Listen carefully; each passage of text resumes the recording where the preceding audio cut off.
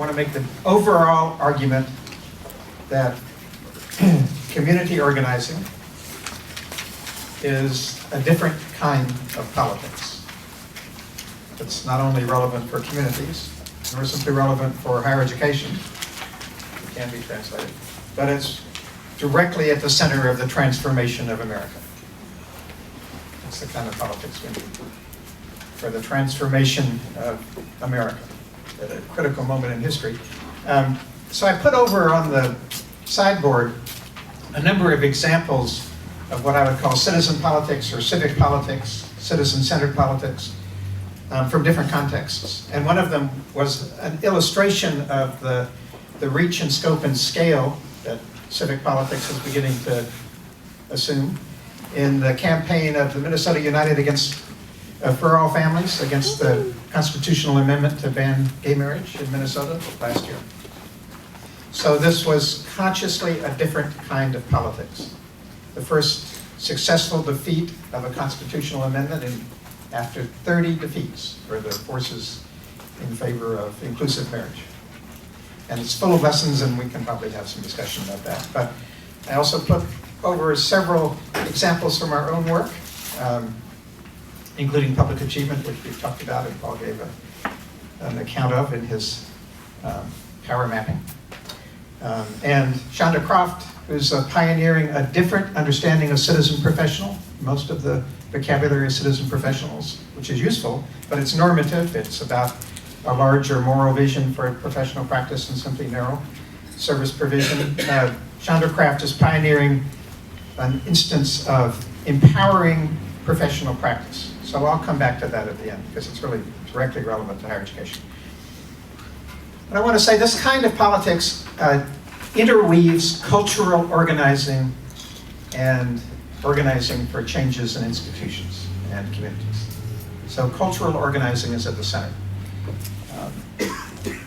I made a brief reference last night to the fact that when I was working for the Southern Christian Leadership Conference as a lowly field secretary, my dad was on the executive committee. I was mostly taking Dr. King to the airport, working in communities across the country, across the South. I saw the interweaving of citizen politics, organizing, and cultural organizing all the time. The movement gained its energy and its power from the African American church, from the songs people made up, from the poetry, from the skits, from the great texts of sermons and documents like Letter from a Birmingham Jail. It was infused with a deep cultural sensibility. So what I'm going to do today is begin with where that came from in the 30s, because it has a specific and identifiable genealogy, and then how we sought to translate it into higher education. So to give us a snapshot of the spirit of the cultural organizing tied to citizen politics of the 30s, I can think of no better source than Langston Hughes' poem, Freedom's Plow. This is just a snapshot, a portion, a snippet. America is a dream, the poet says it was promises. The people say it is promises that will come true. The people do not always say things out loud, nor write them down on paper. The people often hide and hold great thoughts in their deepest hearts, and sometimes only blunderingly express them, faultily put them into practice. The people do not always understand each other, but there is somewhere there always the trying to understand, trying to say together, we are building our land. The plan and the pattern is here, woven from the beginning into the warp and woof of America. And Langston Hughes, for those who know the poem, goes on to talk about black hands and white hands together built America, with the sense of authority that comes from that act of creation. A different kind of power than simply relational power, the authority that comes from building something and being visible in the building. And he concludes, a long time ago, an enslaved people heading toward freedom made up a song. Keep your hand on the plow, hold on, the plow plowed a new furrow across the field of history. Into that furrow, the freedom seed was dropped. From that seed, a tree grew, is growing, will ever grow. That tree is for everybody, for all of America, for all the world. May its branches spread and shelter, grow until all races and all people know its shade. Keep your hand on the plow, hold on. That was a poem in 1943. It was a poem that reflected the enormous amount of democratic cultural organizing in the 1930s and 40s. Paul Robeson's Ballad for Americans, Martha Graham's American Document, the Harlem Renaissance, the Bearden's art, it could go on and on, regionalist art. A good source on this is Michael Denning's Cultural Front, which richly documents the cultural organizing of the 30s, and its close tie, its amplification, its enlargement of on-the-ground community organizing, labor organizing, cooperative organizing, soil conservation districts. They worked together. There was a great democratic movement. And it's important to note the history, that this was a politics. And it was a politics that was expressed importantly in cultural language. So 1935, imagine the global progressive movement in the aftermath of Hitler coming to power, Mussolini and Franco on the march. The movement rethought its strategy from what was called the third period, or a polarizing politics of a struggle directly for socialism, which often targeted moderates as the enemy, to what was called a broad alliance building politics. And this was accompanied by a shift in vocabulary. So in 1935, at the American Writers' Congress, attended by Richard Wright and Tilly Olson and many of the great leaders, Waldo Frank, Isidore Schneider. Langston Hughes was sick, but he sent a poem to read, André Moreau from France. Kenneth Burke gave an important speech in which he called for the vocabulary of the agency of change to shift from the working class, defined by the structures of modern oppression, to the people, which he argued was an empowering, energizing, positive vision of democratic possibility. And he said we need a shift from a politics of exclusion, an alliance of all the oppressed groups, to a positive vision of democratic possibility that is about everyone together, challenging injustice and also building and deepening a democratic society. You can't understand Langston Hughes' poem without that context. That was a politics of the popular front. It meant a broad alliance building. It meant winning over the middle. One of my great mentors in the movement, Thelma Craig in Southern Alabama, argued that if you want to make any serious change, we need to aim for 80% of the people. Not 50 or 51%, but 80% of the people. Not everybody, not, because there were going to be some opponents. So that was the politics that shaped me. And in the 60s, it reappeared in the Southern Christian Leadership Conference. I could go on and on about stories of people I learned from, Ella Baker and Bayard Rustin and A. Philip Randolph and my father's friends, Miles Horton, Ann and Carl Braden in the South. But I think it's also important to note that it was defeated. And the moment of the defeat was Bayard Rustin, the great organizer of the March in Washington, always kept behind the scenes because he had been a conscientious objector in the Communist Youth League.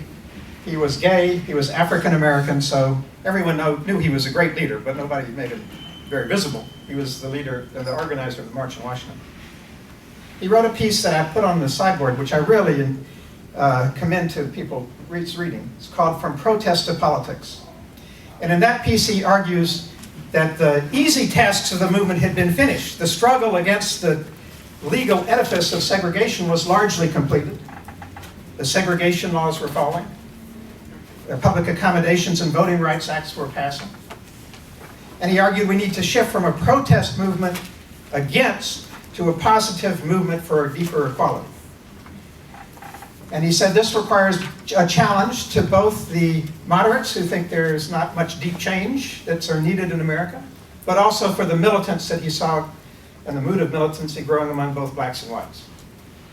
He goes on to say, the militants are often described as the radicals of the movement, but they are really its moralists. They seek to change white hearts by traumatizing them. Hearts are not relevant to the issue. Neither racial affinities nor racial hostilities are rooted there. It is institutions, social, political, economic, which are the ultimate molders of sentiments. Let these institutions be reconstructed, and the ineluctable gradualism of history govern the formation of a new psychology. Now that's an overstatement. Obviously, in the process of changing institutions, you change psychologies. But it has a deep point that we need profound change in the very fabric of American society if we're going to see much deep democratization. And in the particular cases he was talking about, if we're dealing with structural unemployment, a terrible burden of crime and unemployment in the ghetto, despair, housing, and a whole host of other issues. And he says that African Americans' freedom movement has to become part of a larger movement. But my friends out of the 60s who wanted to build movement, like the Citizen Action Network and the Nader World, developed tech, and had a majoritarian language, but here's the danger of technology. In developing technologies to resist large-scale corporate mobilization, like the door-to-door canvass and then the internet, people developed a formula which added to the polarization, which is you always find the enemy, you define things as good versus evil, you simplify the script, you appeal to people since they're being victimized. Now the irony here is that that had a kind of ineluctable effect on the politics, including a lot of the politics that we see among students in the campuses. So public achievement, partly, I organized because I thought students' experience of the door-to-door canvas was this large-scale introduction to a Manichaean good versus evil politics, which burned out millions of kids. I mean, we're talking about millions of kids have done the door-to-door canvas since 1973 when it was invented. So let me just sketch several efforts of our work to translate organizing politics into higher education. First of all, our analysis was that those who called for building movement had a point. The debate in the 70s was between the people who argued for building a movement, Citizen Action, the Nader Network, Citizen Labor Energy Coalition. This, by the way, was a lot of Obama's advisors were rooted in that Citizen Action world. Obama was rooted in another world, which was the world of broad-based organizing, which said we need to go deep. We are not building a movement. So broad-based organizing in the 70s, as it crystallized, made a distinction between building movements and building broad-based organizations. And it's claimed that the task was to build organizations, schools for citizenship, universities of public life, with a tremendous richness of practice. And as I wrote and looked at those in the 70s and 80s, I was convinced that there was an enormous conceptual and theoretical wisdom there to harvest as well as practical lessons. So our work from the 1987, when the Humphrey Institute at the University of Minnesota asked me to start a project on democracy, the dean said, Harry, I think there's something wrong with democracy. I want you to work on it. We didn't want to do an academic research project. We wanted to work with collaborators to build on the best examples of organizing that we had seen and look at what happened if you translated them into the larger institutional fabric, into the cultural apparatus, into the educational world, into the media world, into professional systems. So that's been our work. And as I mentioned, we have several examples that were on the sideboard. But let me give a snapshot of several instances of how we've seen this take place. So in the very beginning, we had a coalition of a consortium of groups called Project for Public Life. And we just created partnerships. We didn't sign up people who wanted to look at institutional change using an organizing approach. And we named that as a politics. We named that as citizen-centered or civic politics, in which citizens are at the center. So different than ideological politics, different than good versus evil politics, not Manichaean, recognizing the profound complexity of the human condition, that everyone has capacity for good and evil, that you can't divide the world between the saints and the sinners. All of the great lessons out of the organizing experience that I've learned in the freedom movement. So we wanted to translate those organizing themes understood as a politics into institutional change. And like Maria, we saw institutions as communities that could be organized. They weren't static. They're not defined by norms, structures, rules, bureaucracies. They're human creations. They can be changed. So one of our first partners was the College of St. Catherine. We're a group of faculty, and then faculty and staff and students, and then faculty, staff, students, and community partners. Used the diagnosis of a collaboration to advance active learning called the Collaboration for the Advancement of Teaching and Learning. Began in '87. Their diagnosis, which still obtains, is that it's very hard to bring active learning practices into higher education because the culture is so private. People are afraid to even share their syllabus. We don't learn practices of collaboration, talking about what we're learning, our mistakes, what are your crafts. It's just not the culture in graduate school. It's not the culture people are socialized through. So there's a radically privatized culture. The College of St. Catherine colleagues used the phrase, we're going to make work more public, the work of teaching and learning more public. And they thought strategically. They formed a core team. They did power mapping across the institution. They figured out who allies and likely centers of resistance were. They had a great partnership with President Anita Papish, who was a political theorist and loved this stuff. She thought whole society was losing a public culture. And over several years, we saw radical change in the culture of teaching and learning at the College of St. Catherine. I don't have time to go into all of the strategies and the methods, but just to note that one of the important consequences that we also saw was that when you begin to talk about making institutional work cultures more public, you also talk about democratizing the politics of knowledge. So the gardener turned out to be a brilliant pedagogue.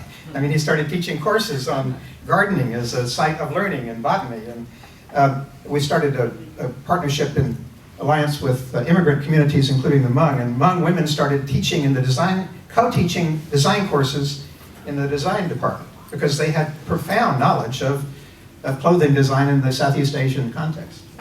So we saw a democratization of knowledge. And we also saw a remarkably public culture of teaching and learning develop. So the Teaching and Learning Network that Nan Carey put together, it had a newsletter every couple of weeks. It had constant discussions and reviews. It redid the core curriculum. And it involved students and staff and faculty in a continuing review of courses. So everyone was talking about it, and there was a collective learning process. That's one example. We built on that at the University of Minnesota in the late 1990s when the Kellogg Foundation asked our center to make an assessment of whether the research university culture could be changed, or more concretely, if the land-grant mission could be revived. And we didn't want to do a study, so we took an organizing approach. And Ed Fogelman, who was a long-timer at the U, chair of the political science department, and I did 40 interviews with senior faculty and administrators. We did the interviews with others, but we wanted to get a sense of those who were seen as the role models. And I mentioned before that senior faculty that we talked to felt powerless, but that was just the half of it. I mean, there's people who were the most successful stories, seen as the role models, had felt over the 20 or 30 years that the culture had closed in. It had become privatized. The reports on the web called Civic Engagement in a Public Mission, published by the Kettering Foundation. But just one story suffices. Charles Backstrom, who I knew well, came in 1958 to the University of Minnesota in political science. He started out to emulate the scholars like John Boschert, a great geographer whose research was known to come from his involvement with the problems of communities across the state. And Charlie was no slouch. He was a pioneer in survey research. He was the pollster for Hubert Humphrey. He created a great internship program. I interviewed Charlie on the day he retired in 1998, 40 years. He told me he felt his whole career had been a failure. because his involvements in the public life of Minnesota and the society were held against him by his colleagues who had this norm of detachment and objectivity. And person after person told me that. And you know what they would say at the end of the interviews? I could never talk to my colleagues about this. So, and they talked about feeling a hyper-competitive culture, the star system and the terrible blow to morale of the star system, the celebrity culture, the fact that they didn't have the same relationships with graduate students that they remembered when they were in graduate school 30 years before. It was a really poignant, vivid story of the growing culture of detachment. Now we knew we could build on that level of discontent, so we created a civic engagement task force with the provost that worked from 2000 to 2002. And it had the public work frame that was in that article, which you all received. So we didn't define public engagement or civic engagement as off-hours volunteerism. We defined it as the public dimensions of work. And the charge from the provost was, how could we strengthen the public dimensions of scholarship and teaching at the University of Minnesota, and also interaction with communities? And there's a lot to be told about that I don't have time to tell in this particular talk. But I want to say, we found out there was a deep desire for change. We found out it's very tough to change research institutions, which are entangled in the global rankings wars. We also found that people don't have much hope for making major change, so it has to be incremental. We also found out that you don't begin by preaching to people, you begin by asking people how can they imagine their work in more public ways. And that unleashed a lot of energy, a lot of discussion. And then finally, and I want to highlight this because I think it speaks to the challenge and the possibility of this moment in higher education. We found when we took that approach, that conversation to other stakeholders in the Twin Cities community, saying we're looking at how to strengthen the public work of the University of Minnesota. People had interesting things to say about the university, but mainly they wanted to talk about their own settings. In government, people have lost the civil and civil service. We don't think of ourselves as citizens anymore. Or how in schools, we've lost the citizen teacher. We've lost the sense that the school is an anchor in the community. Or businesses, we've lost the civic business identity. Or African-American clergy, saying we've lost the notion of citizen clergy, who were actors and change makers and larger players in the life of the community. So we heard again and again this erosion of the civic identity. So finally, I want to give a third story. I mean, there was some success. There's an Office of Public Engagement and Associate Vice Provost, Andy Furco, who's doing a lot there. 20 departments which are called engaged, but I don't think we changed the culture of the University of Minnesota. We also made some bad mistakes. Like we should have had every faculty person in the university read the report of the faculty interviews. I mean, that was really a big mistake. They would have caused a lot of consternation and stir-up debate.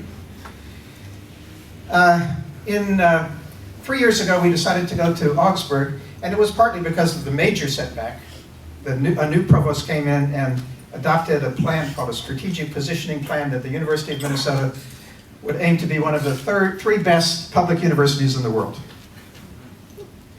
When that was announced, we thought, oh my God.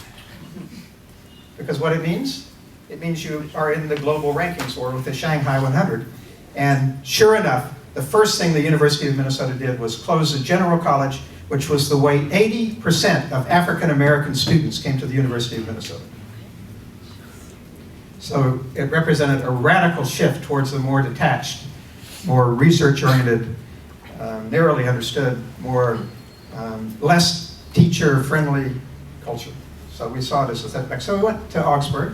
And we went to Augsburg College across the street. I'm still a senior fellow at the Humphrey School. I have good colleagues and friends. We didn't want to break relations, and neither did they. But our center went to Augsburg, not only because of problems at the U, because we also saw possibilities for cultural change and organizing on a significant scale. So there are a lot of stories about Augsburg. It turns out to be out of the radical Norwegian Lutheran tradition, egalitarian ethic, a sense of democratic dissenting. It had decided to stay in the Twin Cities in the late 60s when most every other Lutheran college in the country was moving to rural or suburban areas. Has very strong connections to the immigrant communities and a student population which is 42% minority. A lot of interesting things about Augsburg, a lot of challenges. And we created a core team, and our core team has had the mission of making the culture of Augsburg more public, in both teaching and learning and also in other aspects of the work, in units like enrollment and diversity units and the administration. So people are working on it. I want to, and one of the most exciting things for the faculty, this is interesting, and probably some of you will recognize this. The faculty have changed the structure of faculty meetings. So they're exhilarated by the fact that faculty meetings are no longer reports. Faculty meetings, when any substantial issue arises, are now house meetings. We break down into house meetings, and people have small group discussions, and they talk in depth across different disciplines and cultures, and they have a different conversation. So there's a lot of energy around faculty meetings. I want to highlight, though, a final example. I would say, overall, the challenge that higher education is directly connected to is if we're building a democratic society, is how do we build and rebuild democratic centers of power in communities. We've seen an erosion of a lot of power centers as schools have become service providers to customers, as businesses have lost their civic roots, as government has turned into customer service delivery. There are two great books here on examples of broad-based organizing. One, Upon This Rock by Samuel Friedman, the story of Johnny Ray Youngblood and St. Paul Community Baptist Church in New York, in East Brooklyn, which has been an anchor in the whole broad-based community organizing. That is a remarkable story of a congregation which is a power center in a very, very low-income community. And similarly, in California, Richard Wood's Faith in Action, a study of the Oakland Community Organization in Oakland. He does a deep cultural analysis of three congregations and what he calls the cultural politics at work in them. And he finds that one, a Mexican-American Catholic parish, working class parish, St. Elizabeth's, is extraordinarily effective in preparing people to be players and actors in the larger world, to live in a world of ambiguity, to live in the midst of different voices, not to see things in black and white terms or good and versus evil terms, but to be navigators in open environments. And because of that, St. Elizabeth has had a huge impact on that community. And the other two he looks at are quite unsuccessful. One is a fundamentalist church, and the other is a liberal, professional, interracial church, which reminds us all of our institutions. But I think the point here is not only that the cultures are different, but the work identities of the ministers are different. These are what we would call citizen clergy, who see their role in much bigger ways than simply the internal life of the congregation. They're making change, and they're bringing their congregations to make change. And so one of the stories that we put out was a Fridley Middle School. And this comes to a point which I learned in the Freedom Movement, that with the kind of citizen education that Dorothy Cotton directed, Dorothy Cotton was my boss, so I'm delighted to see people from Ithaca. This is her new book, If Your Back's Not Bent, the story of the citizenship education program in the Civil Rights Movement. About how people shifted from being victims to agents of change. That's the core message. As people develop that through skills and discussions and work and real organizing, people who are seen as marginal can become civic role models for the larger society. Now, I have a lot of stories of this, but I want to conclude with the Fridley story. So in Fridley, the Augsburg special education faculty worked with two teachers who graduated from the Augsburg special education program. Everybody know what special education is? So it's the program in which kids labeled troublemakers are locked away. Almost every school in the country. It's like the new 21st century segregation. These are kids who are stigmatized and marginalized, very, very high numbers of students of color, homeless kids, poor kids, and kids who just don't like the way school is organized. So the special education faculty, it's useful to keep in mind, are not right-wing conservatives. They're liberals who want to help these kids. But in general, they very rarely help the kids become powerful agents of their own lives. But in the Fridley Middle School, Michael Rissy and Alyssa Blood, the two special education faculty, adapted public achievement, which is an empowering pedagogy versus a behavioralist medical model. They stopped trying to fix kids. They gave kids space and backing and support and challenge. This is not just letting kids do things on their own. It's a lot of craft in their work. There's a great video of the work on YouTube called Public Achievement in Fridley Transforming Special Education. But these kids who were marginalized, level 3, segregated in a classroom, have now become leaders in Fridley around issues like school bullying. They've been interacting with the school board and the city council around creating support networks for kids who are in long-term health care, around campaigns around obesity and healthy exercise, doing murals. I mean, it's really quite remarkable. It's also the kind of thing I saw in the freedom movement, where people who were seen as marginal became leaders for the nation. So I want to conclude with the point that points to a different understanding of who we're educating. If we educate citizen teachers like Rissy and Blood, we're talking about citizen teachers who see their role as empowering and developing the agency and changing cultures to do that. And not only in their own school, but across the country. And both the special education faculty, Susan O'Connor, who's the director, is fired up with changing special education. So I think that's the challenge and possibility of our moment. And I think in large terms, it points to the possibility that rather than narrow and dumb down and eliminate the humanities, which is a lot of the call from both left and right, we rethink the humanities as a source of power and agency in politics that can change the very work identities of many, many fields. And we can, in that way, contribute to the revitalization of democracy in America. So, thanks.